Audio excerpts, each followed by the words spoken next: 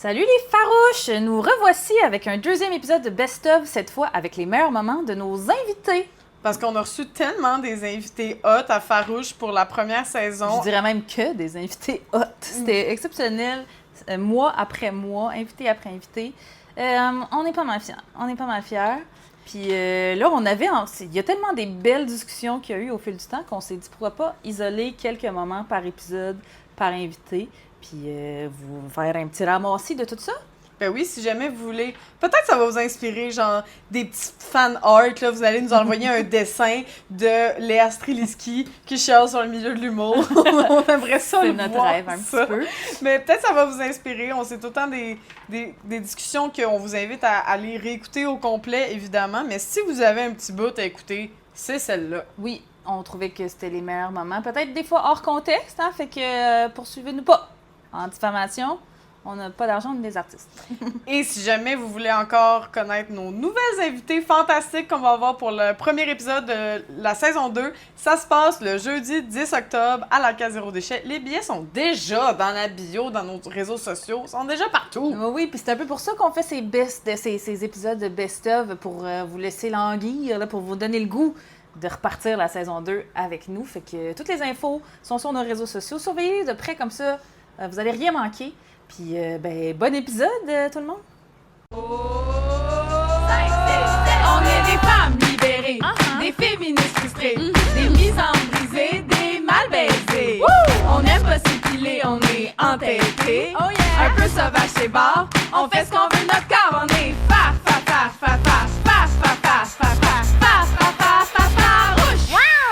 Approche-toi pas. Épisode 2, Léa Streliski et Daphné Les Tourneaux. Ça me rappelle la fois où est-ce que je m'étais obstinée avec Mathieu Cyr en ondes parce que j'arrivais pour montrer une étude qui était sortie dans la presse qui disait que dès la sortie de l'université, les femmes sont moins payées que les hommes. Puis ma prémisse à la radio, à l'émission à laquelle je participais, c'était, ben tu sais, moi, je viens d'un milieu très masculin qui est l'humour, qui est un boys club. Puis ça, c'était juste la prémisse, là. Je m'en allais vers l'étude, là. Je voulais pas parler de la prémisse, parce que c'est ça, c'était une prémisse. Mais il s'est mis à...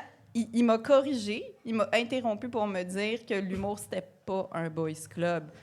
Puis là, il a fallu que je passe toute ma chronique à y expliquer pourquoi je trouvais que c'était un boys club. Puis là, j'ai pas pu parler de l'étude qui disait que les femmes étaient payés moins. Mais c'est une bonne technique. Mais j'étais fâchée, gang. Ouais. Puis Ben s'il écoute votre podcast, il va le savoir, il va s'en souvenir que j'étais fâchée. Ah oui, alors... C'était en ondes. Pour les gens qui ne savent ondes. pas qui est Mathieu Cyr, c'est un humoriste qui est là depuis plusieurs années, qui prend souvent la parole, j'ai envie de dire, à travers son chapeau. Et si vous allez faire un tour sur notre compte Pas de filles sur le pacing, il nous a trouvés. Et il nous a fait grâce de son opinion à quelques reprises. Oui, j'ai pas vu passer Vous irez lire ça, c'est divertissant. Un bon fil dans une cinquantaine de commentaires, Ben, là, c'est ça, je vous dirais, c'est ça. là, où Puis il nous explique pourquoi on n'a pas raison. Mais oui, mais il fait de la douance. C'est vrai, c'est... Oui. Non, mais puis je dis pas Il que ça était veut, diagnostiqué ça veut tout. pas dire qu'il y a pas des hommes qui souffrent en humour parce que c'est pas facile de faire de l'humour, Ouais. mais de là à dire que ce milieu-là a pas été pensé, conçu, produit, imaginé, payé, je veux dire chié par des hommes à un moment donné, c'est comme tu peux pas m'obstiner là-dessus. Non, mais lui, il était vraiment clair dans C'est pas possible, là. Ouais, il était vraiment convaincu de son affaire. Puis, à un moment donné, tu sais, il s'obstinait. Tu sais, nous, on n'a pas embarqué trop, mais il y a des de nos abonnés qui s'obstinaient avec lui. Puis là, quelques jours après, il est revenu quand ils ont annoncé que le Gala des Oliviers cette année serait animé par 2 femmes, Sylvie Tourigny puis Cathy Gauthier. Encore une fois, parce qu'il y en a une seule, ils peuvent pas le faire, non, c'est pas vrai. Puis, Ça prend 2 femmes. Fait que là, il était comme Mais là, c'est un boys club. Je hein? sais, mais c'était ça son point. Que Non, mais- nous, on avait plus d'opportunités maintenant. Ouais, franchement. Mais je veux dire, OK, fine. Imagine que sur un pacing, on a besoin d'une femme parce que là, ils ont peur de se faire chicaner parce que, tu sais, là, ça prend une femme. OK, imagine que cette femme-là prend la job d'un gars. On va dire, OK? Je veux dire, c'est assez limité. Mais j'étais comme, mais Mathieu, qui tu penses a dû, en plus d'écrire des jokes, se battre pour que ça arrive? Ouais. Qui tu penses a dû Exact. passer son énergie pendant qu'il torchait des petits cacas de couches, puis comme qu'il réfléchissait à ses affaires, puis qu'il fallait qu'elle ait des conversations avec d'autres femmes, puis qu'il montait au bûcher, puis qu'il disait comme là, gna gna gna.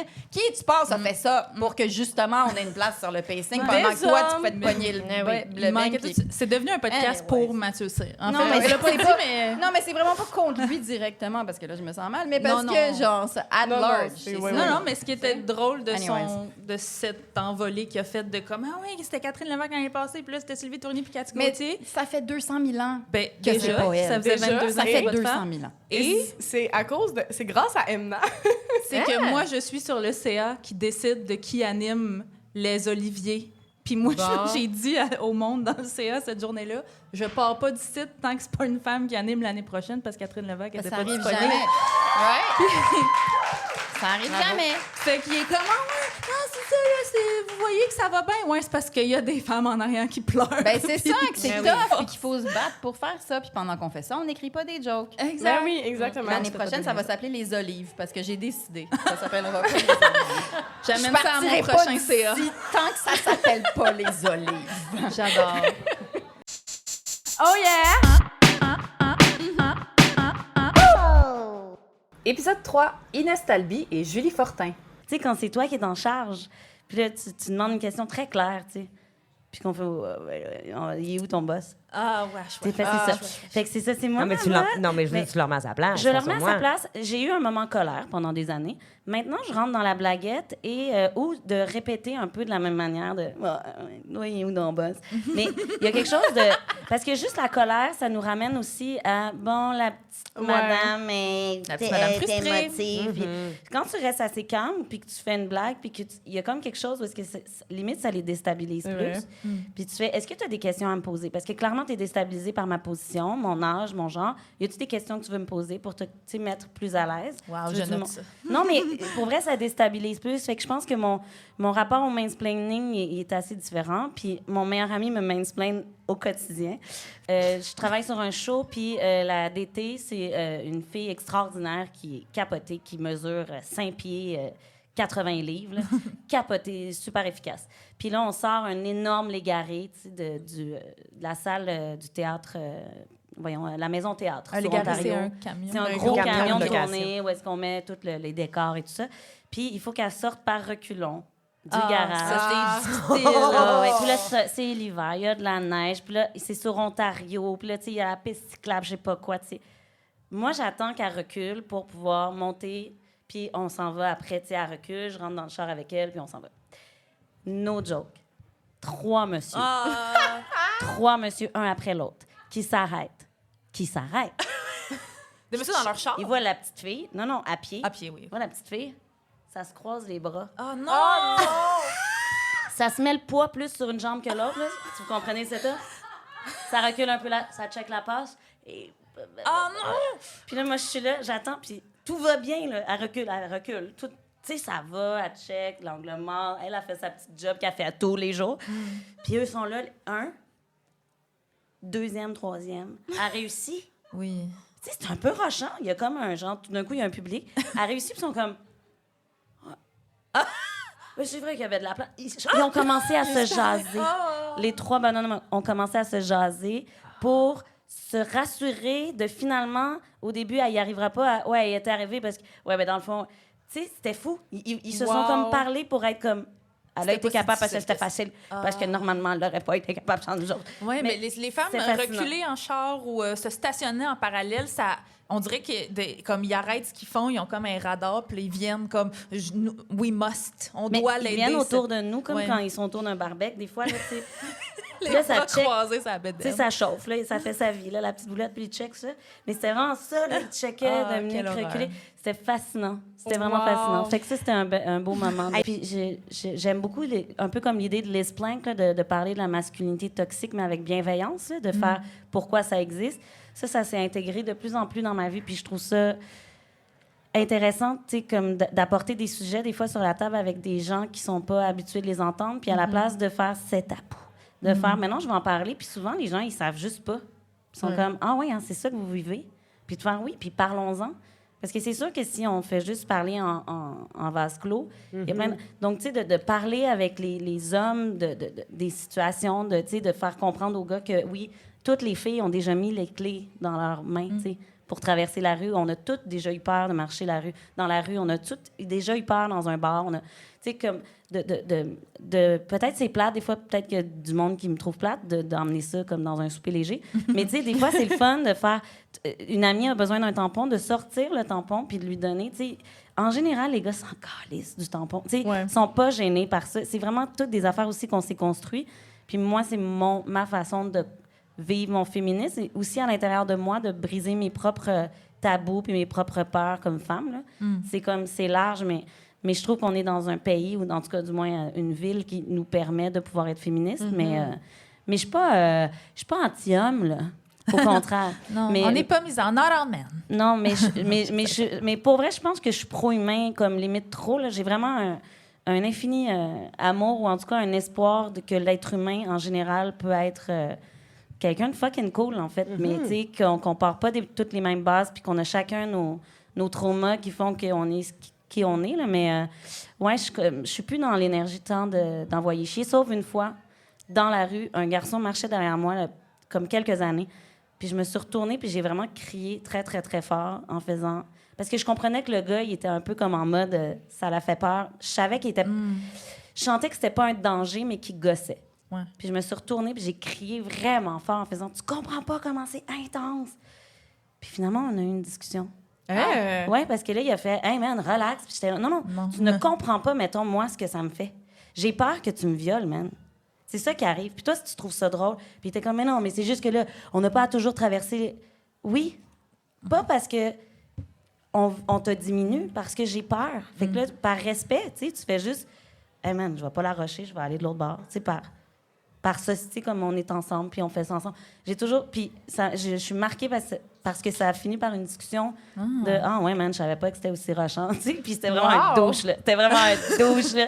Tu sais, T'en as rescapé un. Mais après ça, il y avait plein d'autres affaires, probablement. Mais juste d'avoir finalement la discussion qui fasse que, genre, ils comprennent que c'était pas juste drôle. De voir une fille paniquer puis d'aller plus vite, là, c'est pas drôle. Ouais, c'est ça, s'ils comprenaient tout ça, on n'en serait pas là. Oh yeah!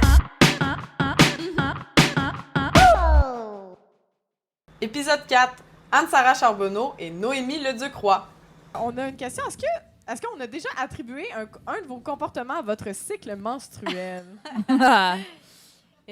On veut des noms. Ben oui, là, ben moi, mon père et mon frère, dès qu'on était genre, on critiquait un peu un comportement X, c'était comme « Ah, t'es dans tes crottes! » Il appelait ça des crottes! Oh, ils pensent que ça sort par les fesses! Oh. Ils n'ont rien compris. Ouais. Fait que tout comportement émotif ou genre...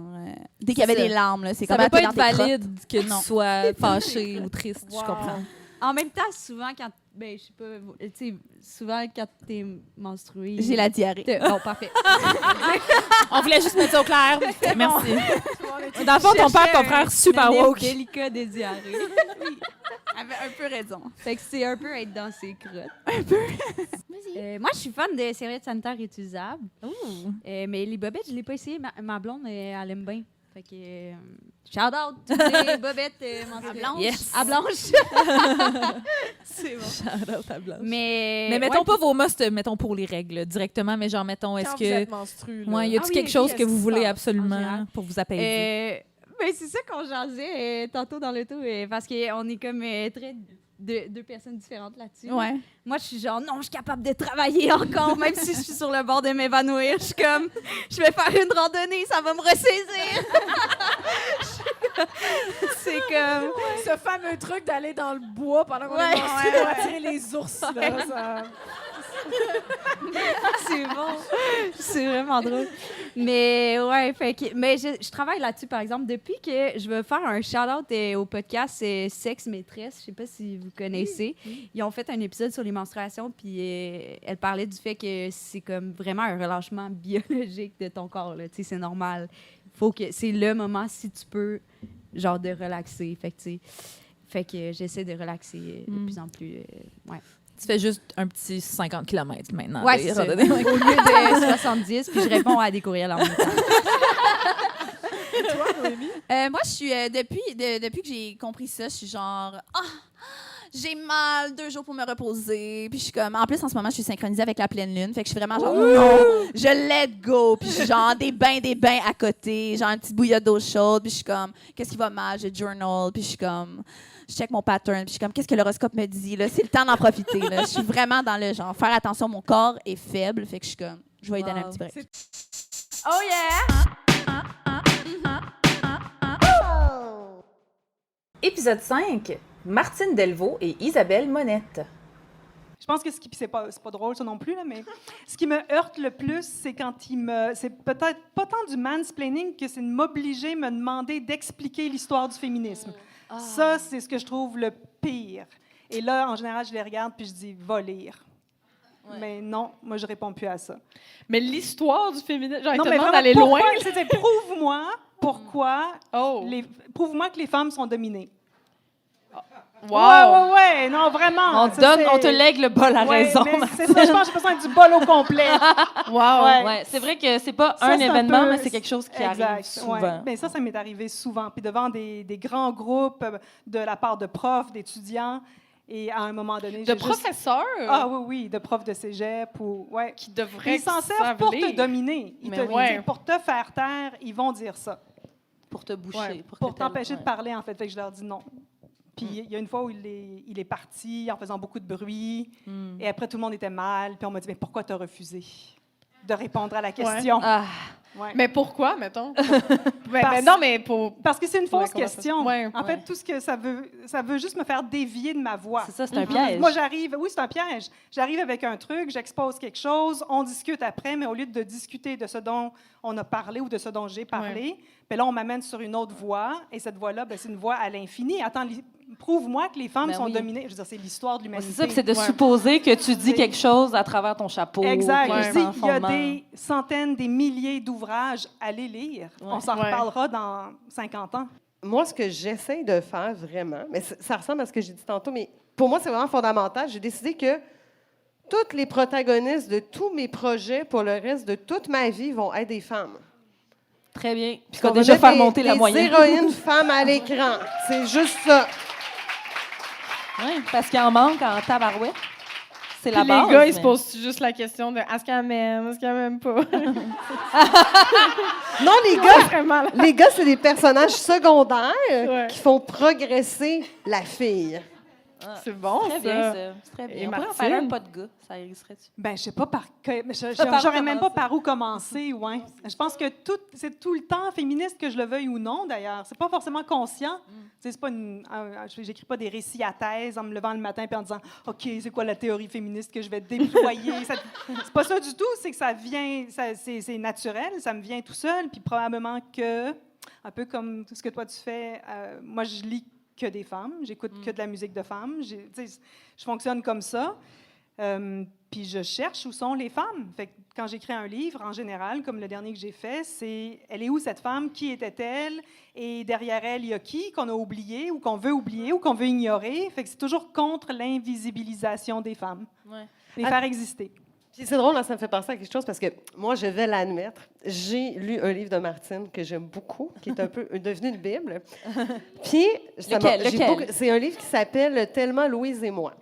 Parce que Thelma et Louise, c'est un grand film féministe. Okay? Moi, j'adore ce film. Et là, je me disais tout le temps, Ridley Scott est un excellent réalisateur. Et c'est le gars qui a réalisé le film. Mais derrière lui, il y a une femme invisible qui est la scénariste du film. Et là, tout s'explique. Ouais. C'est vrai. Merveilleux public, j'adore ça. Ouais, je vous aime tellement, là. Juste se tourner vers les femmes. Arrêter de chercher le regard des hommes. Arrêter de vouloir être regardé par eux. Puis chercher, elle est où la femme? Tu sais, je pense que c'est Louise Bourgeois, la sculptrice, qui disait « Mon féminisme est dans l'intérêt que les femmes représentent pour moi. » Moi, je trouve que c'est ça. Puis tu sais, c'est ça. Puis aussi, à un moment donné, tu te rends compte, tu sais, je sais pas, mais... T'sais, on peut tout ça à un moment donné aussi entre nous, s'aider. Parce que les boys clubs, ça marche pourquoi? Parce qu'ils se tiennent. Puis à un moment donné, moi, j'ai réalisé ça il y a quelques années. Puis je me dis, aïe, je suis scénariste. Je ne vais pas réaliser mon long métrage, je suis scénariste. Mais je pourrais peut-être penser travailler avec une réalisatrice femme. Fait que c'est ça aussi. Puis je pense que si on veut comme habiter le monde en tant que femme, il faut se l'approprier, puis il faut essayer de le construire aussi ensemble. Puis ça, c'est pas rejeter les hommes, là. C'est juste se construire à travers ce qu'on est, là. C'est bien correct. Oh yeah!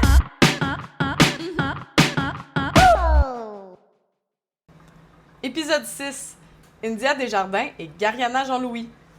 J'ai appris, on m'a dit que j'étais féministe, je ne le savais Mais pas. je veux savoir cette comment anecdote. ça s'est passé? Mais c'est ça, c'est parce qu'on m'a étiquetée de féministe, puis j'étais comme, ah ouais, je suis féministe depuis... Moi, c'était ma vie, donc dans ma tête, j'ai toujours été élevée comme ça. J'ai été élevée par des parents qui croient toujours en l'égalité, surtout ma mère et ma grand-mère. Je faisais les mêmes choses que mon frère faisait les mêmes choses que nous. Il n'y avait pas de privilège d'un côté ou de l'autre. Donc, on a toujours eu ce sentiment, je sais changer un pneu, je sais tirer avec une arme à feu. Mon frère fait la cuisine. Non, mais c'est pour vous dire, c'est une famille de gangsters, OK? Voilà. On est égal ou on ne l'est pas. Non, mais c'est ça. Donc, pour moi, ça a été un choc quand on m'a dit... Tu sais, c'est à l'école de l'humour que je suis. Oh, mais oui, c'est parce que tu as un discours plus engagé, féministe. J'étais comme, je fais juste exister. Ouais. Pour moi, il n'y a pas de... Donc, en faisant des recherches, puis là, j'étais comme, oh! Il y a un mot pour ça. OK, c'est ça, il y a un mot pour ça, puis c'est pas tout le monde qui réfléchit comme ça. Des fois, j'étais en tabarnak pour des affaires. Puis j'étais comme, ouais, mais ça, c'est pas normal. Chez moi, on fait pas ça chez moi. Pourquoi chez toi, on fait ça? Donc là, j'ai compris, en fait. Ça a pris du temps, plusieurs années. Mais c'est ça, donc, dans mon art de ma personne, je veux croire que je suis féministe, je veux croire que j'ai un discours où je me dis que les femmes ont leur place, les femmes doivent prendre leur place. Ouais. Puis je m'en bats les couilles de ce que les hommes pensent. En fait, j'ai pas de couilles. Je m'en bats les ovaires de ce que les hommes pensent. Voilà. Et it is what it is. Donc, pour moi, j'ai pas à forcer. En étant moi-même, je vis mon féminisme et je transmets mon féminisme dans mon art. Voilà. Preach! Moi, à un moment donné, là, j'ai pensé que les gars aimaient pas être avec les femmes. Puis j'ai lu des BD de Liv Stromquist, puis elle nommait des sitcoms, là, Seinfeld, Everybody Loves Raymond. Ils les trouvent tellement connes, t'es comme, mais pourquoi vous êtes avec mais elle? Oui, c'est ça. Mais prenez-vous une île, allez-y, laissez-nous tranquilles. Ouais. Pourquoi vous voulez être avec nous si c'est juste pour nous trouver connes puis être gossés? Tu sais, à un moment donné, là, je suis en train... Je suis en train de réécouter les Seinfeld avec mon chum.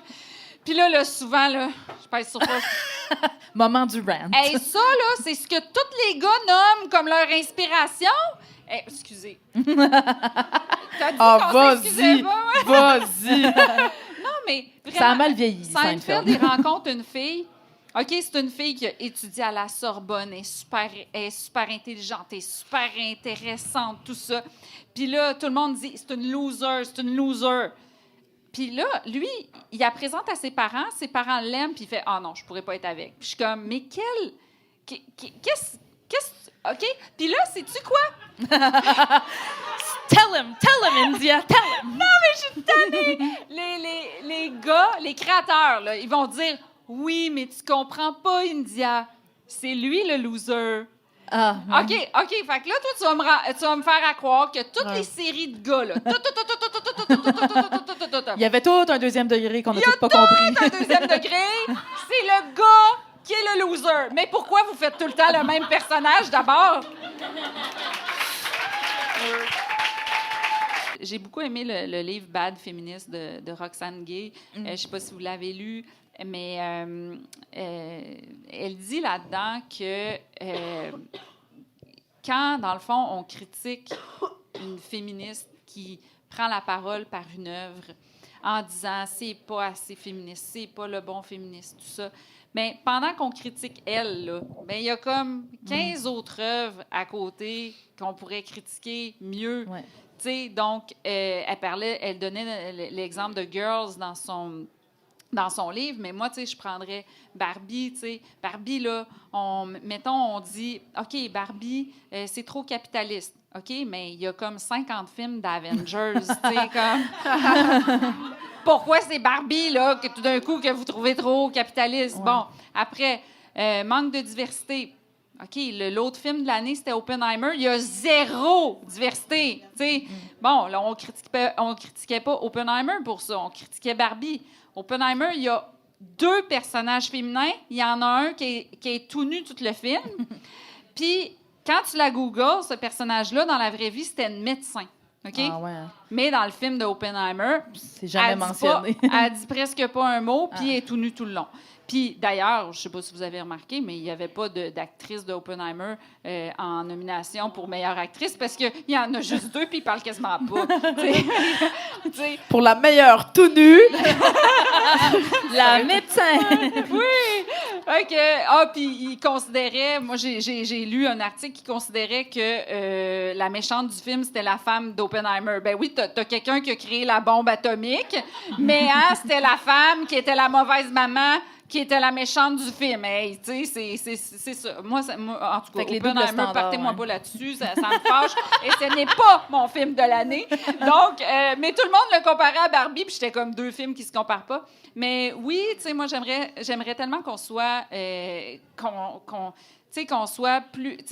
C'est le fun que Barbie existe. Puis moi, je pense que pour vulgariser le féminisme, il faut pas être au niveau 1. Tu peux pas vulgariser niveau 1 si t'es... Puis qu'est-ce que ça veut dire, ça, niveau 1, niveau 15, niveau... C'est comme de donner des fleurs au monde. Mais oui, pour moi, Barbie... Puis il y a des gens qui disaient que Barbie était l'histoire de Ken. Mais c'est de pas comprendre les quêtes intérieures, je trouve, parce que... pour moi, l'histoire de Barbie, c'est quand on est petite, là, puis c'est exactement ce que tu racontais tantôt, c'est... Quand on est petite, là, on vit dans un monde tout bien. On vit dans un safe space. On est la boss de notre affaire. On est la boss de notre jeu. C'est nous qui décidons et tout ça. Et quand on arrive dans le vrai monde, on se fait attaquer par les inégalités sociales, le patriarcat, tout ça. Et là, on se rend compte, OK, ça va être plus dur que quand je jouais dans mon sous-sol avec ma petite auto rose, puis tout ça, ça sera pas... Et quand Barbie arrive dans le vrai monde, c'est là qu'elle ressent la violence. Moi, ça me donne des frissons quand elle arrive dans le vrai monde. Et à la fin, finalement, elle décide de faire face à la réalité. Parce qu'elle pourrait rester dans son monde toute protégée et tout ça, mais elle décide de faire face à la réalité puis de devenir une humaine plutôt que d'une idée qu'elle se fait de la vie. Et moi, je trouve ça touchant et je me dis, j'ai de la difficulté à comprendre comment l'extrême droite peut critiquer et bannir ce film-là et comment, comme féministe, on ne peut pas saluer une créatrice qui a réussi à intégrer des notions féministes dans le mainstream. Et non seulement ça, mais quand tu connais un peu le cinéma, tu vois toutes les références qu'elle a mises cinématographiques dans le film en les renversant. Et ça, je me dis, c'est extrêmement efficace. Et moi, je ne peux pas la regarder avec condescendance. Greta, qui est mon idole, puis dire, tu n'as pas mis le bon féminisme dans ton film, puis tu n'as pas fait assez de... Quoique, je vais vous dire, nuance encore, je comprends les critiques qui trouvent que ça manque de diversité ou de ci ou de ça, que des choses manquaient. Parce que savez-vous quoi? Parce qu'on n'a pas l'égalité dans nos divertissements. On n'a pas l'égalité. Il manque de représentation de toutes sortes, de tout ce qui n'est pas un homme blanc dans le divertissement. Alors, quand il y a quelque chose qui nous montre une petite fenêtre. On essaie de mettre tout sur le mais dos. J'aurais aimé ça qu'il y ait ça. J'aurais aimé ça qu'il y ait ça. J'aurais aimé ça qu'il y ait ça. Mais là, on demande à une créatrice de réparer tous les problèmes. Et une créatrice ne peut pas réparer tout. Elle fait de son mieux pour l'histoire qu'elle avait. Et ce qu'elle avait, c'est Barbie. Elle a réussi à faire ça. Elle a réussi à faire $1 million. Elle a réussi à être bannie dans des films, dans des pays qui étaient misogynes. Donc, pendant qu'on critique une œuvre de femme qui a vraiment fait... Tu sais, Lego Movie, là, Lego Movie ne disait rien sur notre société. OK? Oui, on parle du film de Lego, là, oui. Au Québec, ce n'est pas Barbie qui a été le film le plus populaire, c'est Mario Bros. OK? il y a une seule femme, OK? La princesse Peach. Une seule femme. C'est un dessin animé. On n'était pas capable de dessiner des petites tortues, OK? Avec une petite boucle des cheveux. On n'était pas capable, OK? Toutes les tortues, c'est des gars. OK? C'est tellement bon. C'est tout. Puis c'est Barbie qu'on critique puis qu'on traite de capitaliste. Tout à fait. Moi, ça, je l'accepte pas. Oh yeah! Épisode 7. Calamine et Brigitte Poupard. Je pense que c'est une affaire qui venait vraiment me gosser le côté ostentatoire capitaliste dans le hip-hop. Tu sais, les gros chars, les chaînes en or. À la limite, les chaînes, je peux vivre avec. Genre, c'est comme. Genre, c'est pas aussi polluant, mettons, que les chars puis la fast fashion, mais il y a comme de quoi de. Puis aussi de célébrer, d'être comme des parvenus, là, de célébrer, genre... Tu sais, je peux comprendre des personnes qui sont, genre, opprimées socio-économiquement, de célébrer leur succès, mais, genre, des personnes blanches au Québec, cis... genre, je vais pas en nommer, mais c'est comme, genre, bravo, tu sais, tout était pour toi, pour que tu réussisses. Maintenant, genre, tu choves vite d'en face du monde que t'es riche, tu sais, pour moi, je trouve ça crissement obscène. Ouais. On les nommera pas, mais toutes les femmes savent danser. Tu sais, mais c'est ça. Fait qu'il y a un côté de moi qui voulait un peu se jouer de ces codes-là en faisant une esthétique de c'est cool rider en bicycle avec le même aplomb que de dire genre j'ai me skirt mon gros char. Je voulais comme renverser ça. Skirt mon bicycle. Puis pareil, tu sais, pour le côté genre j'ai mon gros, je rentre dans le club avec mon gros swag, c'est comme genre je rentre dans le club avec mon t-shirt à 5$ de Renaissance, là, tu sais, that's it. Fait que c'est devenu un jeu. Pour moi, ça m'amuse en plus, mais c'est des choses dans lesquelles je crois. Puis je pense c'est un de mes combats de amener, tu sais, c'est pas quelque chose a priori qu'on imaginerait dans la culture populaire, le côté comme un peu grano écolo, c'est pas trendy, full. Puis c'est un gamble que je suis prête à faire de rendre cool le grano-là. C'est bon. J'adore! oui, on peut l'applaudir. Rendre cool le grano-là. Ben, tu sais, moi, par exemple, j'ai pas de voiture. Et souvent, on me demande... Souvent, on me demande... c'est un sujet comme délicat. Ouais, parce c'est comme qu'on tabou. se dit comment ça se fait, t'as pas d'auto. Ben, j'ai pas d'auto. J'ai décidé de pas avoir... J'ai fait de la communauté qui n'existait pas. Ce concept-là n'existait pas quand mes enfants étaient très, très, très jeunes, avec les voisins en face de chez nous. On se partageait donc une auto. On avait comme exactement le même principe. Là, on réservait nos dates, etc. On payait tout ensemble. Et après ça, je me suis jamais racheté de voiture. Et je suis la gardienne d'auto de gens qui partent en voyage officiel. Et donc, ça met toujours un peu les gens mal à l'aise quand je leur dis que j'ai pas d'auto. Et sur des tournages, des fois aussi, dire, ben j'ai besoin d'un transport, comment ça? Ben j'ai pas d'auto, t'as pas d'auto. Ouais. Fait que ça revient constamment. Puis je suis encore étonnée de ça, que ça soit aussi étonnant. Et je travaille en ce moment, je viens de faire un spectacle où j'engage souvent des gens de la relève qui ont pas d'auto, que ça. Et là, ça vient de changer le mode de production aussi. Parce que ma scénographe, par exemple, qui n'a pas de voiture, ben elle se fait dire, tu vas aller chercher les affaires. Ben, elle dit, ben non, j'ai pas d'auto. Fait que comment on fait? Et ça nous demande une réflexion de comment on produit maintenant. Qu'est-ce qu'on fait? Comment on le fait? Parce qu'on prenait pour acquis que les gens qu'on engage, leurs voitures viennent avec leur service. Donc, c'est plus ça. Et moi, je trouve ça extraordinaire, ce qui se passe, parce que ça veut dire qu'il faut redéfinir tous nos modes de diffusion, de production et de travail. Tellement. Bon. Puis dans cette foulée-là, je pense que, tu sais, j'ai hâte au moment où on va dire « T'as un char? What the fuck? » Ça fait le contraire. Loser! Puis je trouve que c'est vraiment weird qu'on re-questionne pas. Tu sais, c'est vraiment un culte, l'automobile. Tu sais, je sais pas si vous remarquez. Tu sais, moi, j'ai pas de char, j'ai pas de permis, puis c'est quelque chose qui me questionne depuis toujours. J'haïs les chars. Tu sais, j'haïs les chars. Tu sais, moi, j'allais à l'école secondaire à Sainte-Foy. Je sais pas si vous connaissez un peu Sainte-Foy, mais c'est crissement juste des parkings, des chars. Il y a pas de trottoir. Tu sais, c'est vraiment détestable.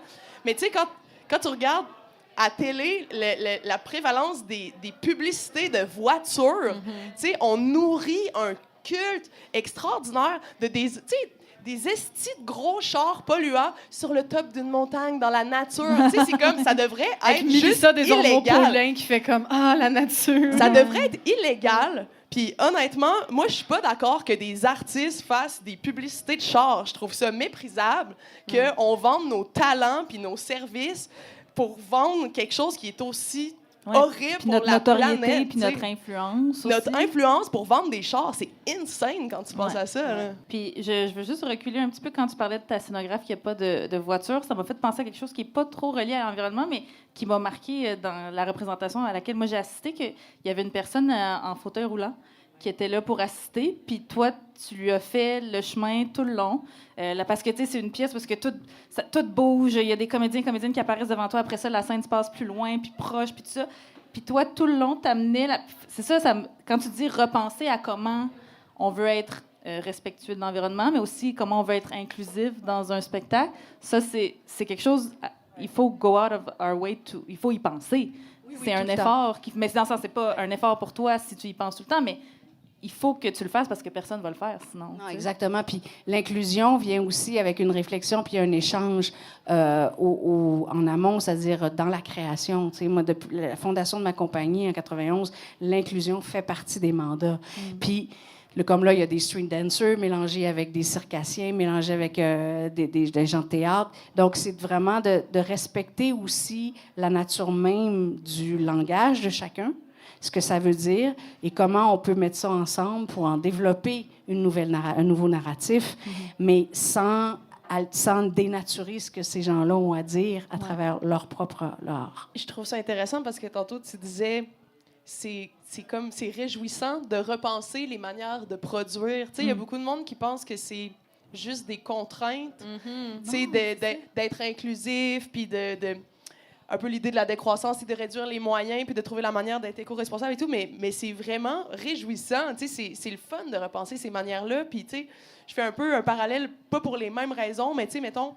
Pour ma part, mettons, pour s'extraire des structures de label, il faut trouver des manières low-fi de fonctionner. Il faut faire des clips avec pas les subs que les gens ont 15 000 $ pour faire des clips. Moi, j'ai 0 $, mais je trouve ça drôle. Ça m'amuse parce que moi, je suis une artiste. Je suis capable de trouver les manières, puis je trouve ça le fun de trouver des manières low-fi de produire aussi. Ça déplace moins de monde, ça gaspille moins de matériel. T'as pas une espèce de table de buffet avec des affaires en plastique pour 15 personnes.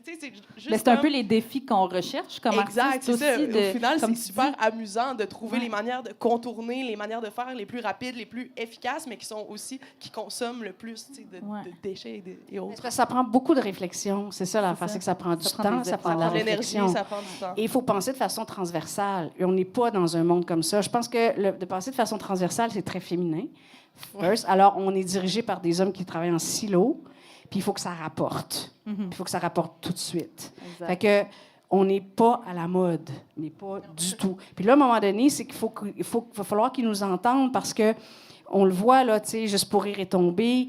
Je veux dire, Spectra a vendu à Evenco dans une transaction qu'on n'a jamais vue, alors qu'ils ont été full subventionnés puis qu'ils ont eu du crédit d'impôt. Puis là, tout d'un coup, boum, ça s'en va, puis ça nous sort, puis on n'en profite pas. Moi, je suis pas d'accord avec ce que tu dis, qu'on devrait avoir de l'argent.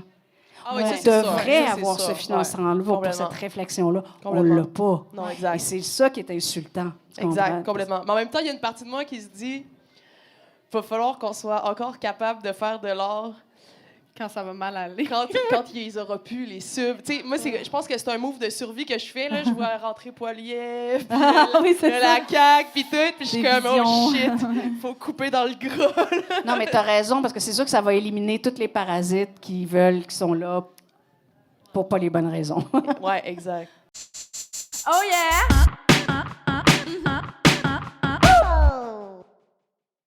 Épisode 8, Trana Wintour et Marie-Christine Lemieux-Couture. Une blague. On a tendance de penser que la colère ou la rage est quelque chose de négatif, mais justement, ça peut être un moteur pour la créativité. C'est pas une mauvaise chose. Mais non, moi, c'est ça. Moi aussi, mon état d'esprit constant, c'est en tabarnak. C'est comme je suis en tabarnak quand je me lève le matin, je suis en tabarnak quand je fais à manger, je suis en tabarnak quand j'écris. Non, mais dans le sens, je suis pas en tabarnak de faire à manger, mais juste écoutez les nouvelles 2 secondes, vous allez être en crise. Là, comme c'est pas très compliqué, mais oui, c'est un moteur incroyable. Oui, puis je trouve ça drôle parce que on dirait que les femmes, en général, les personnes nées femmes, ont pas le droit d'être fâchées souvent. C'est vu comme t'es frustré, tu devrais pas être fâché, tu devrais mieux dire. T'sais, nous, le nombre de fois là, qu'on s'est fait dire sur scène, mais tu sais, t'as l'air fâché sur scène, c'est peut-être pour ça que c'est moins drôle. Puis t'es comme, oui, hein, c'est vrai qu'être fâché, ça marche pas. François Bellefeuille, sa carrière, c'est de la merde. C'est comme. Mais t'en parles dans ce livre-là, justement, Marie-Christine, tu dis à un moment donné, moi, je suis pas rabat-joie. Moi, c'est fuck la joie. Ah ouais, fuck la joie. Oui, fuck la joie. Mais ça, à quoi je m'attaque, ce sont les joies patriarcales. Fait que c'est comme, oui, fuck ta joie. Comment ça se fait que tu tires de la joie de la culture du viol? C'est ça qui est comme... Qui me sidère dans l'espèce d'humour dominant qui veut rester... qui veut pas s'améliorer, qui veut pas comme prendre le temps de prendre du recul puis de réfléchir à ce qu'il est en train de dire, tu sais. C'est terrible, ce dont tu tires de la joie, tu sais. C'est comme... puis c'est terrible de quoi on tire de la joie en général, tu sais. Je veux dire, si tu es en contact avec le monde en ce moment puis que comme tu sais, comme... T'es vraiment heureux, il n'y en a pas de problème, t'en vois pas de problème, genre t'es un fucking psychopathe. Oui, là, je sais ça. pas, il se passe de quoi. T'es en position de privilège et t'es un psychopathe. Oui. Tu sais, il y a une raison historiquement, tu sais, pourquoi on dit, mettons, ça sert à rien de briser des vies de banque, la colère, ça sert à rien. Pourquoi on dit ça? Pourquoi on veut faire croire ça aux gens? C'est que tous les changements sociaux sont venus par la colère, sont venus par péter des vitres de banque. Qu'est-ce que vous pensez qu'elle faisait, les suffragettes? Oui. Genre, elle flattait des lapins? Non! C'est ça, elle n'a pas demandé gentiment. Là. Non, c'est ça. Ils sont pas arrivés avec comme, « Hey, s'il vous plaît, ce serait le fun qu'on ait le droit de vote. Est-ce que vous allez nous le donner? » Au début de ma carrière, quand j'ai commencé en humour, il y en avait juste, évidemment, des gars qui voulaient me dire comme... ils ont tellement une idée d'humour qui est tellement démodée. Mais pour eux, ils ont vraiment une idée il y a du vrai humour et de l'humour qui n'est pas vrai, which doesn't make any sense. But sincèrement et heureusement, en général, les hommes hétéro-cisgenres ont peur de moi. Yes! Goals! So, c'est rare qu'ils m'approchent maintenant. T'es comme, t'es farouche! Oui, exact. So, je suis très contente. Et quand je suis dans des green rooms où c'est juste moi et des hommes, je dégage pas un esprit d'ouverture. Comme mon body language est clair. Don't you come near me. Like, c'est assez évident. So, sincèrement, c'est quelque chose que je vis beaucoup moins dans les dernières années. Et quand ça m'arrive, on dirait que je l'entends même plus. So, j'ai pas vraiment de souvenirs. Et je dis ça sincèrement. Oui. Comme... Mais c'est merveilleux, c'est l'objectif, je pense, ultime ça, de toutes les femmes, de ça. plus jamais se faire approcher. But, je l'ai dit vraiment inconsciemment en plus, je m'excuse. J'essaie d'en penser d'une bonne, mais encore une fois, c'est très général, le mansplaining que j'ai vécu dans ma vie. Je pense que j'ai plus l'énergie non plus de faire le fameux compromis patriarcal. On dirait que même avec des gars super allumés, il y a comme toujours quelque des chose. Petites choses qui ressortent. Qu'est-ce que tu veux dire comme compromis patriarcal? Mais c'est comme si pour être dans un couple, ça vient pas de moi là, le concept. Là, j'oublie le nom de la penseur qui l'a sorti. Tu l'as? Non, je peux le googler. T'avais l'air de l'avoir sur le bout de la langue. Oui, comme, vas-y. Non, j'avais hâte que tu m'en parles. Mais en fait, c'est l'idée que comme si tu es en couple avec un gars, il y a des compromis qu'il va falloir que tu fasses sur tes valeurs féministes dans certains cas. Puis j'ai le goût d'être radical au point de faire comme de toute façon, je suis pansexuelle, fait que genre, je m'en crisse. Oui. Genre, j'ai tout un pool. T'es tellement chanceuse. C'est la chercheuse. C'est mon rêve. C'est ton rêve, hein? C'est la chercheuse féministe Dennis Candiotti qui a proposé la notion de compromis patriarcal. Patriarchal bargain. Ooh. Mais oui, je comprends cette idée parce que même moi, dans mes relations dans le passé, comme... Je pense aussi pour une femme trans, il y a une autre dimension aussi parce qu'on... Je ne sais pas même comment l'expliquer, mais il y a une sorte de pression ou attente qu'on soit la femme parfaite. Les femmes cisgenres ont la même chose aussi, mais parfois, comme pour les femmes trans, c'est un peu comme être reconnu dépend sur notre capacité de performer cette féminité parfaite.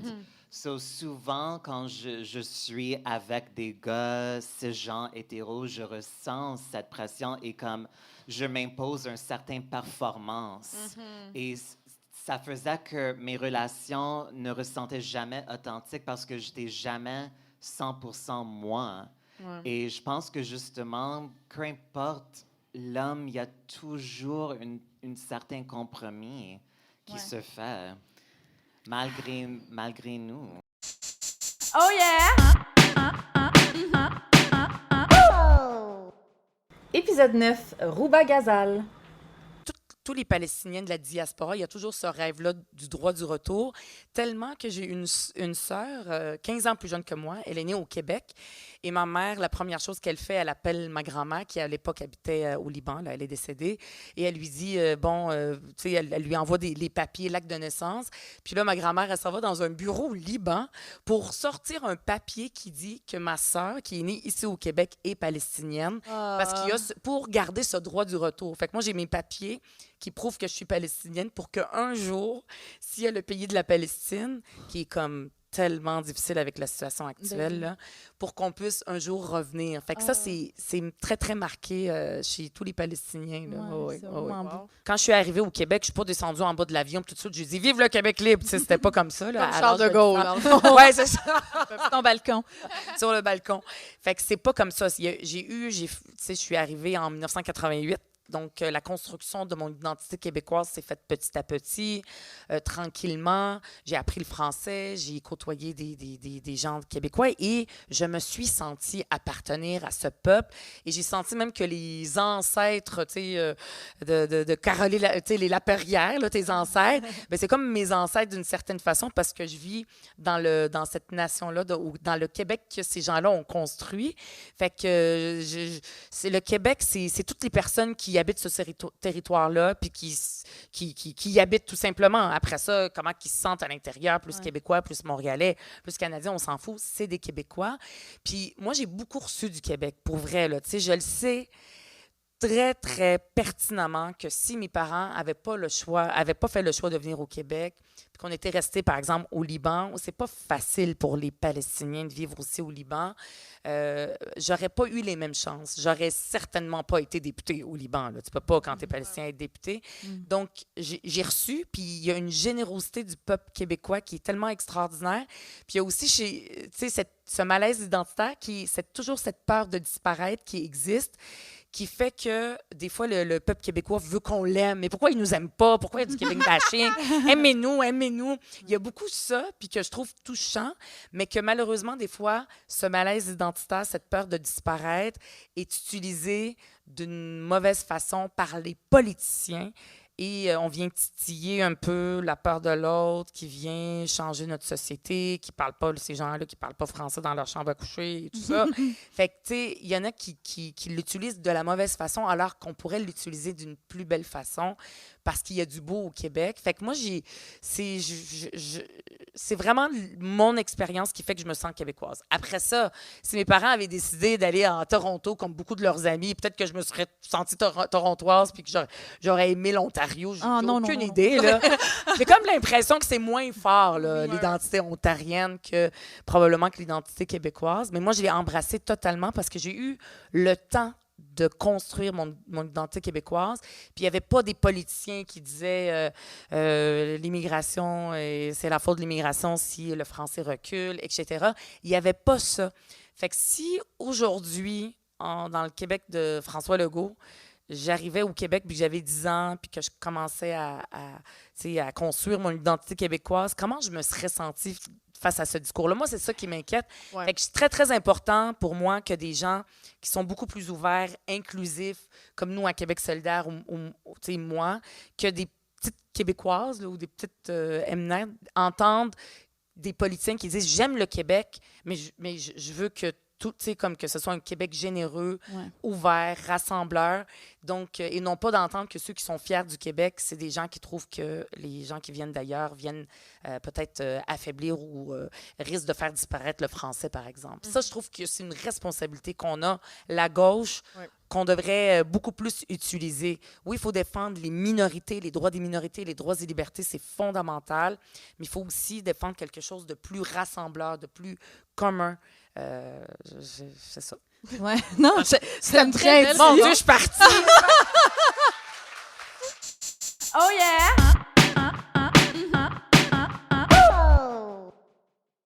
Épisode 10, Julie Fortier et Ariane Mignot. On a 2 cliniques dans la région, donc à Rouen puis à Val-d'Or.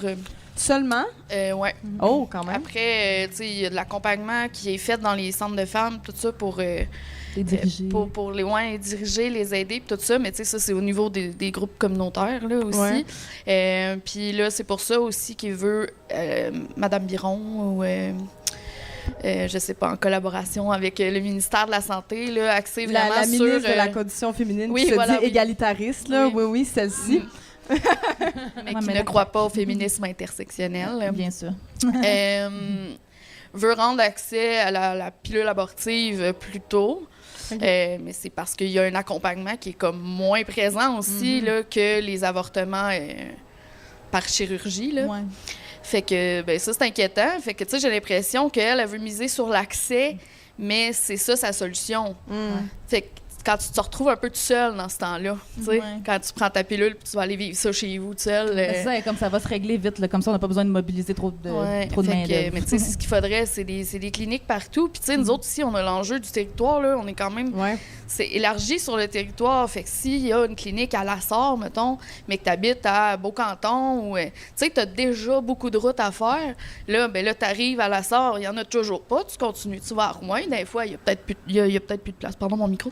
Il y a peut-être plus de place, puis là, ben, après ça, il faut que tu ailles à Val-d'Or, puis tu sais, c'est un certain nombre de semaines et tout. Fait que rendu là, si tu dépasses ça, ben, il faut que tu ailles à Montréal. Puis les frais de déplacement, ils sont pas tous remboursés.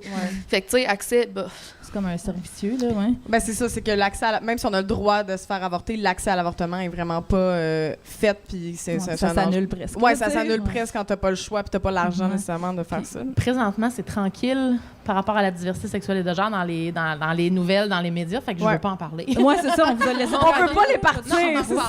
Non, ben, tu sais, c'est sûr, immanquablement, les fameuses toilettes non-genrées, hein, puis ça part d'ici. En plus, vous êtes dans la... Ça part d'ici? Ben oui, ça part de l'école secondaire à Rouyn-Noranda. Ah ben, Calvin! Ouais. Ils ont inspiré PSPP. Ouais, c'est ça. PSPP, il a genre jamais mis les pieds ici de tabarnouche, puis il dit ça. Ah ouais, c'était ici. Incroyable, ouais. Fait que c'était-tu votre organisme qui a aidé quasiment à faire ça? Non, pas tout. Mais non, puis même pour l'école, c'est pas pour les enfants trans non-binaires. C'était juste pour que ça soit plus facile à gérer les sorties aux toilettes. C'était juste ça. Ben oui, puis les salles de bain dans une école secondaire, ben rappelez-vous votre adolescence. Là, tout le monde est terrorisé d'aller à la toilette. Là. On se fait super intimider dans les salles de bain, dans les vestiaires. Fait que c'est pour enlever ça, en fait. Puis moi, je trouve qu'on devrait vraiment prioriser les toilettes non-genrées, mixtes, peu importe. Les toilettes, en fait, on n'a même pas besoin de on n'a pas besoin de leur donner un nom. Non, c'est ça. Puis qui, on le rappelle, comme Coralie le dit souvent, des toilettes qui ont des portes. Pour rassurer Bernard Drinville, PSPP. Oui, parce que Bernard Drinville dit « Ah, il n'y aura pas d'intimité dans les toilettes non mixtes. » C'est comme, il pense que des toilettes non mixtes, des toilettes pas de porte, que c'est ça. Comme, non, il y a des portes. On aurait pu enfin, les femmes, tu sais, ouvrir nos serviettes hygiéniques en faisant le bruit qu'on veut faire. Oui! Ben, c'est une belle préoccupation de Bernard, là, de justement dire à les jeunes filles qui vont être menstruées comment qu'elles vont vivre ça. Fait que tu vas nous donner des produits menstruels gratuits, right? Non. Fait qu'il y a cette nouvelle-là. Ben, est-ce que l'école a pu la faire finalement? Je sais que c'était comme non, mais vu qu'il y avait déjà des rénovations. Ben, elle est faite, mais si je me trompe pas, là, je sais pas s'il y a certaines personnes qui l'ont visitée, je pense qu'ils ont mis un beau gros rideau très rigide entre les deux sections. Oh! Fait que c'est une toilette genrée. Okay. Grâce à un rideau, tout le monde. Hey, on est safe. Un rideau, là, accordéon quand même. Là. Accordéon. Fait que là, les enfants qui ne s'identifient à aucun genre, ils vont dans le rideau. Sur dans le rideau. Parfait. Voilà. Oh yeah! Épisode 11, Judith Lucier. C'est vrai que dans Stat, on aborde plein d'enjeux, mais c'est vraiment c'est sûr que ça émane de nos discussions à Marie-André et moi, mais c'est vraiment Marie-André Hey, moi, je suis pas bonne pour prendre du crédit. C'est pas très féministe, là. Non, mais parce que c'est vraiment son œuvre, puis c'est vraiment sa façon. En fait, elle m'apprend beaucoup à être une autre sorte de féministe parce qu'elle aborde les enjeux vraiment de manière moins frontale et... tu sais, c'est plus subtil, puis je pense qu'elle a réussi à ratisser plus large. En fait, je sais, elle réussit à ratisser plus large. Ben, le podcast Les Sorcières, ça rejoignait 50 personnes. Stat, ça rejoint 1,6 million de téléspectateurs. C'est ça, quand c'est plus mainstream, je pense que t'as comme pas le choix de le prendre par... par le côté, mais aussi, elle a un malin plaisir à faire ça. Des fois, elle me dit des affaires comme... Puis là, je me permets de le divulguer ici parce que c'est un podcast féministe. Mais des fois, elle me dit... On va les prendre par surprise. On va les prendre. S'ils nous voient trop venir, ça va. Fait que elle m'apprend vraiment à aborder les sujets d'une autre façon, de manière vraiment plus subtile et plus pernicieuse, que je te dirais. Fait que c'est vraiment le fun. C'est une autre approche. Puis je pense que Marie-André est plus féministe que moi parce que elle aime vraiment moins les hommes que moi. Elle est vraiment de mauvaise foi. Non, elle est de très bonne foi. Moi, je la crois. Non, mais tu sais, genre hier, on lisait dans la presse qu'il y a... il y a eu 11 personnes qui ont donné leur rein, fait un don anonyme de rein. Elle me dit, c'est sûr, c'est toutes des femmes. Je veux pas un gars qui fait ça. Puis j'étais comme, là, peut-être, là. Tu sais, les gars sont pas tous... Moi, je suis team Marie-André, personnellement. Non, mais toi, il y a un gars dans la salle, t'as-tu donné ton rein? Oui, bon, tu vois, Marie-André a raison. Alors, les hommes qui écoutent Farouche, on l'a dit, ce sont les bons hommes. Oui, ils donnent des reins. Ce sont les bons hommes, ce sont ceux qui ont basculé du côté lumineux de la force. On ne le répétera jamais assez. On est très contente que tu sois là. Ils se sentent pas attaqués quand on dit OK, parfait. C'est plate à dire, mais comme des fois, on voit des filles, ils sont vraiment des super bonnes féministes, mais ils ont vraiment un hostie d'angle mort, puis ça s'appelle les beaux gars, là, tu sais. Puis des fois, ils sont comme... On est comme, mais voyons qu'elle est tombée dans le panneau de ce gars-là, ou que, tu sais, genre, elle va écouter tout ce que Louis-Jean Cormier dit, mais elle est un peu, là, il y a des bémols. OK, fait que, mettons, on va voir quelqu'un qui centre pas toute sa vie autour des hommes, c'est comment? Ça a l'air de fun, parle-nous-en. Oui, c'est le fun! Mais oui, pour de vrai, je pense que ça nous donne un regard critique, mais en même temps, c'est... Mais j'aimerais ça, je dis. Je comprends. Mais moi, j'ai personne à décevoir. J'ai pas de père, j'ai pas de chum, j'ai pas de fils, j'ai pas de frère, j'ai aucun homme dans ma vie pour de vrai. Je suis tellement jalouse en ce moment. Puis je veux dire, c'est sûr qu'il manque probablement une perspective. Tu sais, moi, je suis allée chercher la perspective des femmes défavorisées à l'Auberge Madeleine, mais il manque clairement une perspective masculine. Non, mais c'est ça. Ah, je sais pas. Je pense qu'elle est assez partout, la perspective masculine. Oui, des fois, tu sais, quand tu pitches un projet, moi, ça prendrait, me semble, la perspective masculine. Moi, à chaque fois que quelqu'un me dit ça, je suis comme... Ben non. Je pense qu'elle est déjà partout ailleurs. Ben toujours ça, puis le demandez-vous aux hommes. Oui, c'est ça. Il y a encore tellement de séries. Ça prendrait une perspective féminine, c'est ça? Non, jamais de la vie. Ah, ouais. Fait que, tu sais... Ben bravo! Non, mais souvent, dans notre façon de catégoriser des génies, je trouve que on a le génie vraiment plus facile chez les hommes que chez les femmes. Puis, je vois tellement de femmes talentueuses, puis qu'on est donc même pas pâmé autant sur elles que sur des gars en musique ou en télé. Je vois plein d'exemples. Je veux pas te nommer des noms parce que c'est indélicat, mais je trouve que... Emna, pour les gens qui nous écoutent à l'audio, Emna fait une face de « Come on, Judith, on veut des noms. » Non, mais j'ai dit Louis-Jean Cormier tantôt, c'était un peu une joke, mais pas, tu sais, je veux dire, pas tant dans le sens que, tu sais, c'est ce genre de gars-là. Mettons, pour moi, c'est un archétype de gars qu'on... C'est le bon gars, il est fin. Il est parfait, il est comme... Puis je suis comme, ben il y a tellement, tu sais, pendant qu'on capote sur Louis-Jean Cormier, ben il y a Mara Tremblay, tu sais, elle a fait sa petite affaire, on parle jamais d'elle parce que c'est pas, tu sais, c'est pas, mais tu sais, c'est pas... mais c'est pas un homme, c'est pas... Ben, tu sais, en ce moment, Lydia Kipinski versus Hubert Lenoir, là, puis je lance pas de shade à Hubert Lenoir, mais ça me fait rire à quel point Hubert est arrivé, on a fait « C'est un génie ». Lydia est un peu comme underground, mais Lydia, c'est aussi une fucking génie, puis ça va fucking bien ses affaires, mais t'es comme « Ah, si... Pas autant qu'Hubert. Pas autant qu'Hubert, puis elle dérange pas autant parce que, ben, c'est quand même une femme cisgenre qui a l'air quand même d'une femme. Fait que, tu sais, elle dérange pas autant, mais t'es genre, c'est la même culture qui arrive, puis soudainement, Hubert, c'est un génie.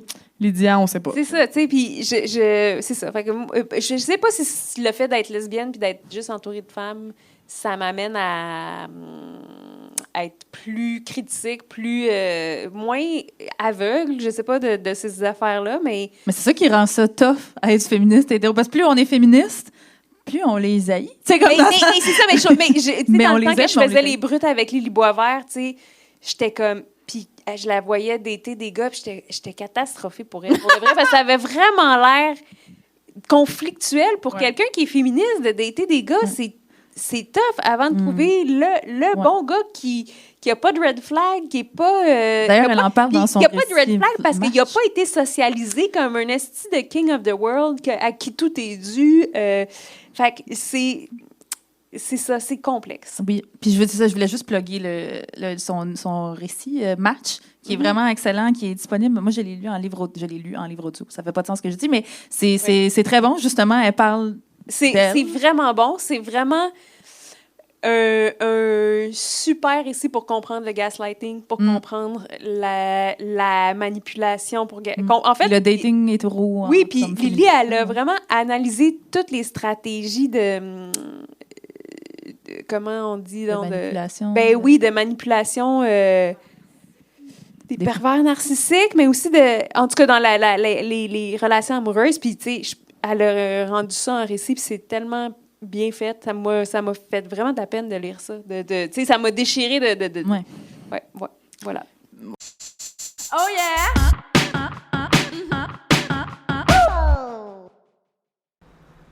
Épisode 12, Pascal Lévesque. Ben, je suis toujours fâchée. C'est un bon... Oui, ça part bien. Non, mais en fait, d'exprimer son féminisme dans la vie professionnelle de journaliste, là, je suis reporter, je suis pas chroniqueuse, je prends pas parti quand je fais mes reportages au Soleil, mais une bonne manière de le faire, c'est toujours de penser à être paritaire dans les intervenants que je vais chercher.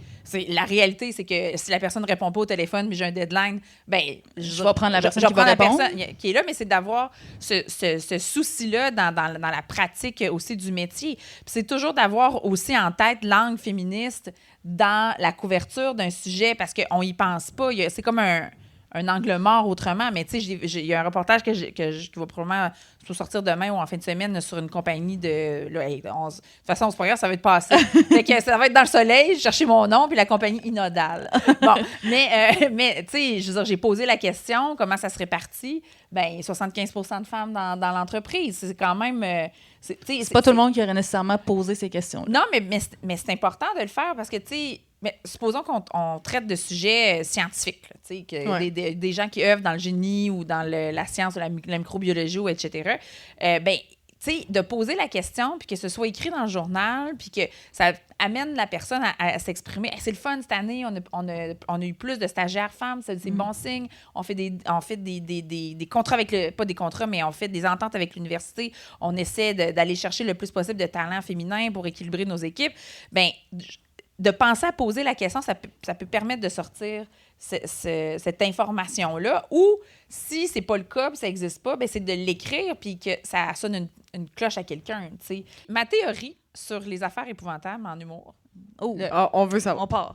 OK, on part. Tu sais, on n'en est pas sorti. Parce que là, maintenant, la phrase qu'on entend le plus souvent, c'est « on peut plus rien dire oui. ». Je me le suis fait tatouer sur le chien. Mais moi, là, ce que j'entends, puis là, ça revient à ma théorie. Ce que j'entends quand quelqu'un dit « mais là, on peut plus rien dire », c'est « mais là, on peut plus rien dire sans se forcer ». Ouais, c'est ça. C'est un peu ça. C'est ça parce que c'était paresseux.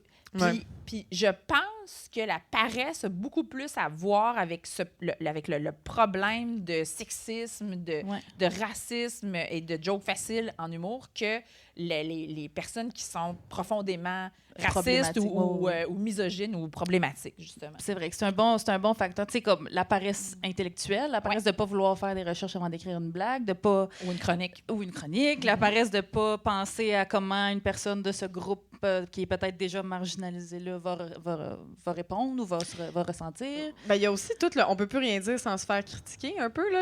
Avant, le monde était comme « Hey, non, avant, c'est parce que je pouvais dire que... » J'aimais pas mon voisin noir, puis c'était correct, tu sais. Puis t'es comme, oui, mais maintenant, il peut répondre, tu sais. Maintenant, il y a les réseaux sociaux. Maintenant, tu peux te faire critiquer. Puis il y a quelque chose aussi dans... Les gens sont pas capables d'accepter la critique. Il y a quelque chose de très drôle là-dedans de... Tu peux continuer à dire. La preuve, tu l'as dit à TV. La seule affaire, c'est que ça se peut qu'il y a des filles avec des cheveux bleus qui écrivent « Ben là, j'étais pas contente de ce que t'as dit. » Mais c'est que je trouve que ça départage...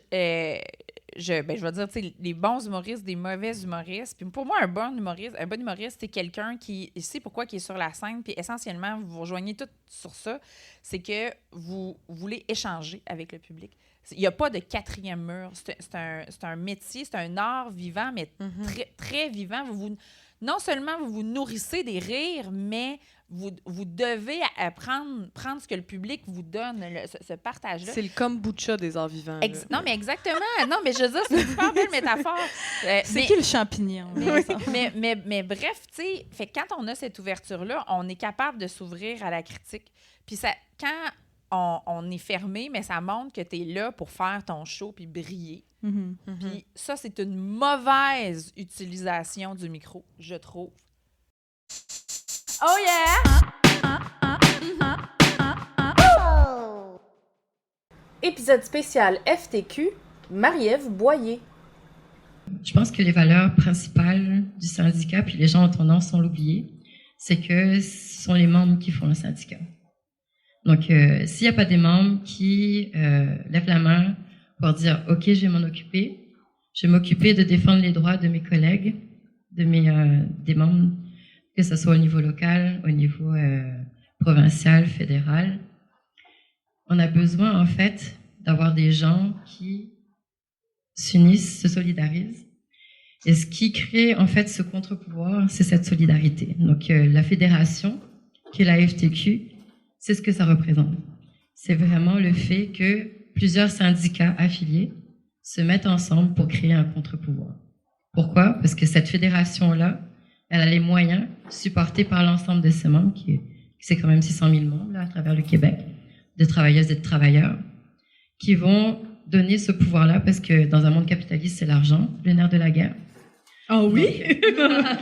Donc, ils vont donner suffisamment de cotisations pour que nous, on puisse ensuite, en tant que fédération, donner du service en recherche, en éducation, en santé et sécurité. Donc, vraiment, dans l'ensemble des paramètres qui concernent le travail, mais aussi de faire découler tout ça dans la société. Parce que c'est pas vrai qu'on travaille uniquement à la défense des droits de nos membres. Vu qu'on est un contre-pouvoir, il faut qu'au niveau législatif, ça suive aussi pour l'ensemble des travailleuses et des travailleurs. Donc, on a tous des gens dans nos familles, dans nos amis, dans nos connaissances, qui ne sont pas syndiqués et qui méritent, autant que les travailleurs syndiqués, d'avoir des bonnes conditions de vie et d'avoir des conditions de vie décentes. Très bien dit, wow! La FTQ a décidé, lors d'un de ses congrès, je pense que ça remonte à 20 ans maintenant, dans les 20 ans déjà, oui. De créer 3 postes qui sont réservés aux femmes au bureau de direction de la FTQ, parce que justement, les femmes ont considéré que il fallait absolument avoir un point de vue de la condition féminine au bureau de direction pour ne pas que ça continue à être un boys club ad vitam aeternam. Tabarouette! Serait-ce de la discrimination positive? Un quota, c'est les mots qui font si peur en 2024? T'es-tu en train de me dire que ça fonctionne? Je pense qu'on en a besoin de certaines mesures structurantes qui imposent, en fait, la parité. Et ce que j'ai vu, par exemple, en allant à la Conférence mondiale des femmes de l'ONU, c'est que dans beaucoup de pays, il y a des forces féminines qui essaient de mettre la parité dans l'ensemble des gouvernements. Puis c'est pas évident. Au Québec, on a quand même eu une progression. Donc, on est passé, je pense, il y a 10 ans, à peu près, même pas 20% de femmes parlementaires. Aujourd'hui, on est rendu à presque 47%. Donc, il y a quand même une progression, puis cette parité-là... Grâce à des lois aussi qui ont été mises en Exactement, place. c'est pour ça que les mesures structurantes sont nécessaires, parce que si on n'impose pas quelque chose, ça n'arrivera jamais de la bonne volonté. Là. La bonne volonté, on a beau dire que oui, bien sûr, on va supplier, mais ça ne marchera jamais. Donc, il faut absolument obliger, parfois, par des mesures structurantes, à imposer la place, parce qu'il faut qu'on ait une place et qu'on ait une voix. Donc, on fait quand même partie de la moitié de la population. Donc, de nos invisibilités réellement, comme ça, je pense qu'il faut que ça s'arrête. Donc, la parité est quelque chose là, d'essentiel. Puis la diversité aussi. Oh yeah! C'est ce qui conclut ce super épisode avec le best-of de nos invités au fil de la saison 1 de Farouche. On espère que vous avez aimé ça. Et on rappelle que c'est le deuxième épisode d'une lignée de 3, une très grande lignée. On a déjà sorti un épisode best-of des bulletins de nouvelles au fil du temps. Et là, dans pas très longtemps, on va sortir aussi un épisode best-of de notre rubrique « Ça a mal vieilli » que vous aimez tant. Et si jamais vous voulez vous abonner à notre Patreon pour nous pitcher de l'argent, parce qu'on aime ça, se faire pitcher de l'argent en général, vous pouvez toujours le faire. On va juste conseiller, par exemple, aux gens qui sont sur Apple, attention, ne pas donnez-nous pas via Patreon sur Apple Store, parce que Patreon va garder une partie de plus parce que Apple Store prend de l'argent. Donc, si vous voulez nous donner 100% de votre don Patreon, puis ça serait bien apprécié, faites-le, s'il vous plaît, via le web au patreon.com. Je pense que c'est /farouche ou en tout cas, si vous cherchez Farouche dans l'onglet de recherche sur le site de Patreon directement, ça permettrait de verser votre don à 100% à vos créatrices préférées. Et le jeudi 10 octobre, on vous invite à notre lancement au pub La Cale Zéro Déchet où on va vous montrer une nouvelle image de marque. On va avoir des invités encore plus fantastiques qu'il y a tout le temps. Et là, on va être un jeudi parce que on va faire un karaoké après. La gang, on loue la place. On loue le pub la Zéro Déchet. Il n'y aura pas d'autres clients que vous autres, les Farouches. De 6 heures au moment où les portes s'ouvrent jusqu'au karaoké. Bien, au karaoké, on va laisser les gens rentrer parce que c'est sympathique. On est gentils. On est gentils de même. Mais ça va être un gros happening, les chums. Je pense pas que vous voulez manquer ça. Ça va lancer en force cette deuxième saison de podcast féministo-politique. Ça va être vraiment cool. Oui, et vous pouvez acheter vos billets probablement dès maintenant sur dans la bio, sur nos réseaux sociaux. Vous êtes débrouillards, vous allez trouver ça. Ben oui. Fait que à très bientôt. Il nous reste un épisode de même à faire. Best-of de Ça a mal vieilli. Ratez pas ça.